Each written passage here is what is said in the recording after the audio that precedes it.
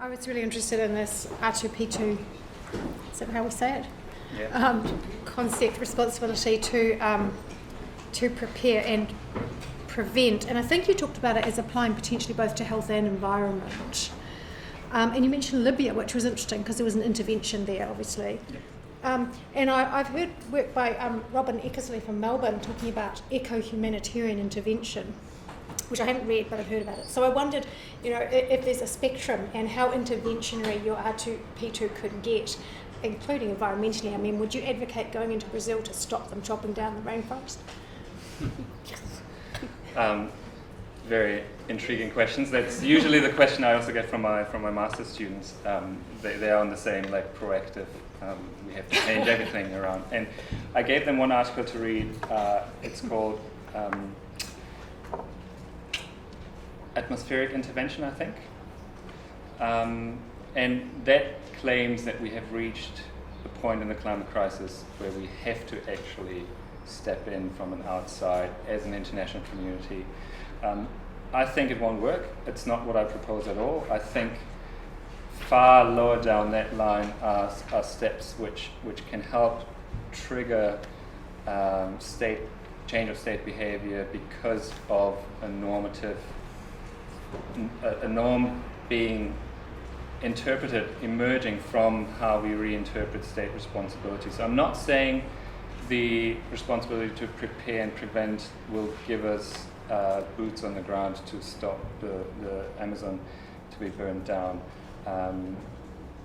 One main reason is that any intervention that is considered legitimate would have to go through the UN Security Council, and I would not do away with that principle that any intervention that is based on the responsibility to protect would have to follow that path. And when you look at the UN Security Council, you can see why an atmospheric intervention won't happen. There's just no political will to do that. But I think there's a lot to be learned way down the ladder in terms of changing state behavior than just threatening with boots on the ground to prevent ecological damage. Thank you so much. So, Ruby, I think another question, and then Campbell. Great, so I have a question for both Nathan and Kathy.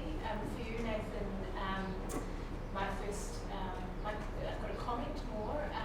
Perhaps in the New Zealand media, we're not seeing it currently, but I think internationally we are seeing that link, especially around the UNCE Convention on Protocol on Marine Health, which is now in all EU member states. So there's a lot of work being done around those linkages and the defined commitments around that area. So it's perhaps for you all in future research to have a look at that work, and also in relation to SDG 6, the monitoring around that. So lots of mentions there. Then I have a controversial question to ask you, and that's when you talked about the South African Constitution and constitutionalising the right to water. And you said something like, not only, doesn't provide a quick fix, but my question is, does it provide any fix at all? Have we really got anywhere by constitutionalising the right to water in terms of providing greater access, or would it be better to go down traditional routes in the ways we manage water in a traditional way? And then to you, Kathy, there's a lot of talk about finding fixes to the pandemic and less discussion about the root causes of it. And this is a turning point right now in international law. It's the UN Decade of Ecosystem Restoration. It's the time when we're negotiating the post-2020 new global biodiversity framework. So what would you like to see in that new framework that would specifically target some of these zoonotic diseases which are a product of our continued destruction of protected areas? Thank you. Thanks so much for the comments. Really, really useful. Absolutely. I held out a lot of hope.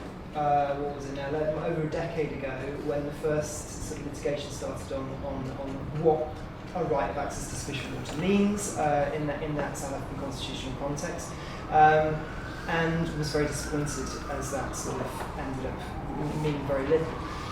In large part, I think that suggests. Well, that pushes us to think about the limitations of progressive realisation and economic, social, and cultural rights in that frame. But also there is a problem there in the South African national context and this jurisprudence around reasonableness that's developed, which sounds very reasonable, but actually is problematic when you're actually needing to quantify quantums of water for people and get access dramatically improved.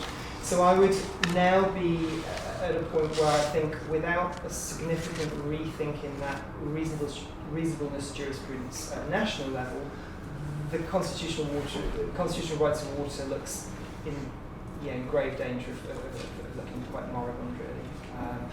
And possibly even worse so, what we've seen is quite a lot of political backlash to that as well, where you have a constitutional right held up and then not realised. Arguably that's worse than it not being there in the first place.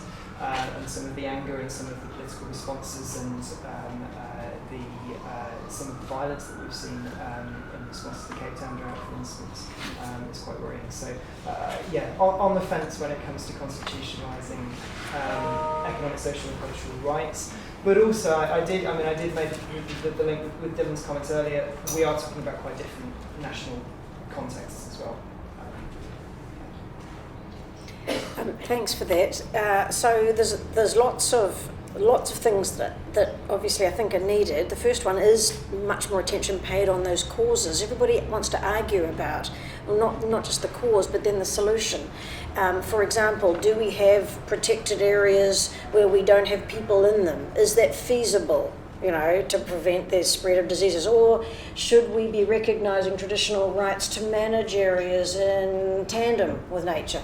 And I think one of the interesting things that when you've studied both of those is that both of them can be circumvented if you don't want to uphold them, right? So it's like there's no one solution that works best in the face of people who actively try and get around them. Like you have a government that has protected areas of, say, trees, and yet there's still illegal logging going on, in lots of countries around the world. And you can have ones where there's protected areas where Indigenous people are allowed to live, and still other people go in and flout the rules. So you need clearer rules and better enforcement of them, where you've actually got a space protected for nature. I personally think you actually need a lot more space protected for nature that hasn't got the people, because it's much clearer to have it's easier to enforce a set rule of no intervention, I think, because there's lots, that's just me in terms of a pragmatic, but there's predictions like migration of species towards the poles in the face of climate change, all right? And then similarly, humans, just humans wanting to migrate as well, and that includes going up mountainsides, wanting to grow coffee at a higher altitude because it's not growing down lower, right? So therefore they want to clear the existing protected areas to put their crops in because they're not going to grow in the current places. I mean, it's really hard to say, no, you're not allowed to do that, you can't grow crops anymore and you're going to go poor, but how else are we going to protect those mountaintop areas that are currently becoming the only habitable, temperatures?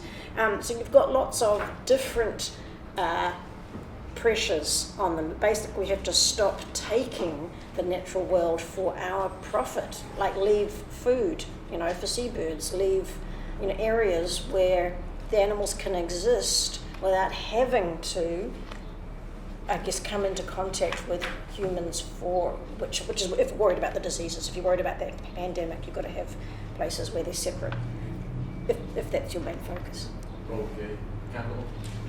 You get 2 minutes, yes. Just a couple of observations. I thought what was most useful about this panel was that it did actually highlight a couple of areas where the international health regulations do miss really vital areas.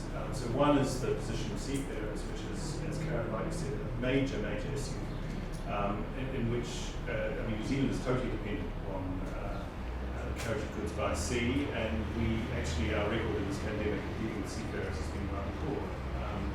I don't think actually that Article 28.1 of the IHRs, with its right of free pratique, has got anything to do with the treatment of seafarers. It's to do with the free movement of the goods themselves, docking ships for goods, which of course we continue to allow because it's in our interest to do so.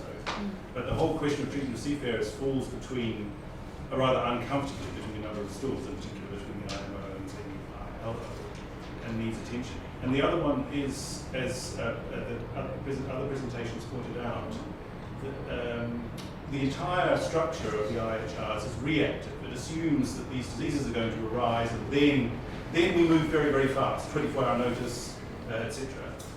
But none of it it assumes that we're never going to be able to predict where the next zoonotic disease will come. But there's some rather interesting research just published recently by the IPBES, in which there's a New Zealand academic-based Massey actually involved, which suggests that actually we may be able to much more accurately predict where zoonotic diseases are likely to come from and what combination of environmental and other causes may particularly be susceptible to it. At the moment, internationally, there's almost nothing about that, because the only organisation we have dealing with animal health, which is the Office Days is really focused on domestic farmed animals rather than wild. Can I comment that fits into my suggestion of that big picture is we need some more, it's like rules about regulation, rules about that future planning.